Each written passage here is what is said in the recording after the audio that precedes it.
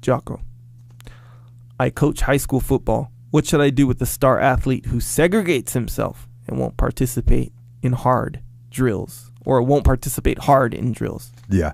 Now, this one I actually thankfully remembered that I said I would do this because when I got this is a Twitter question.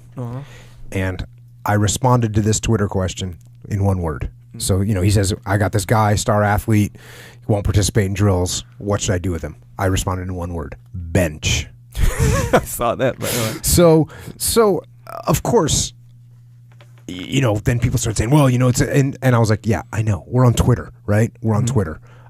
There's more to it than what's happening. I just answered 798 questions, and this was 799. So, not going to go into full detail. But then as people were kind of chiming in, I was like, okay, I'll answer this on the podcast so we can go into it a little bit more. Because yes, you're a coach, you're a leader. And obviously, I talk about this all the time. Leadership is a nuanced thing. It takes balance. It takes maneuvering. It takes chess playing.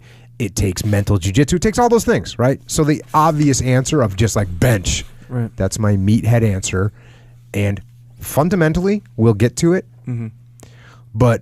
And fundamentally, that may be the result. But let's dive into it a little bit more. Who's the kid? What's his deal? What's his background? What's his attitude? Where's he coming from? What's his family life? Or what's his family life like? What's his past performance? What's his record? What year is he in school? I mean, there's all kinds of things we need to know, right? So now once we've sort of figured out what he like, now that any one of those things, any one of those variables is gonna change our course of action a little bit, because being a leader doesn't mean you get to follow cookie cutter results or cookie cutter solutions to things, right? You're dealing with human beings, and every single human being is different, and every single human being has a little craziness to him that you cannot predict. So we're dealing with a kid. Guess what? A 16-year-old boy. That kid is even more unpredictable and even more crazy than most, right? Because he's got testosterone flowing through his system. He's chasing girls. He's just going crazy. He's not secure with himself yet. He's got zits on his face. He's got things going on. He's got issues. And so this kid's crazy, and we're trying to deal with him. Now, most kids can get, they get through that, and they're still participating with the team. This kid's not. So one of the first things I always say this: you got somebody that's not stepping up into leadership position, or they're not wanting to, you put them in charge of it. You say, hey, Echo, I want you to run this drill. I think the way I'm watching you perform on the field, I think you could really lead this drill well. I want you to lead this drill and show these guys what's up. Right? Oh. So you know what I mean? Like, you got a little fired up face on your look just there. So that might take his attitude, and now instead of me saying, hey, Echo, you got to do this drill like everyone else, I already know that you don't want to do that. So I'm elevating you a little bit, giving your ego a little push, a little massage, and maybe you feel good about that now. And I say, hey, you can run this drill faster than anyone else. I want you to lead it. I want you to show them how to do it. I want you to make our team better.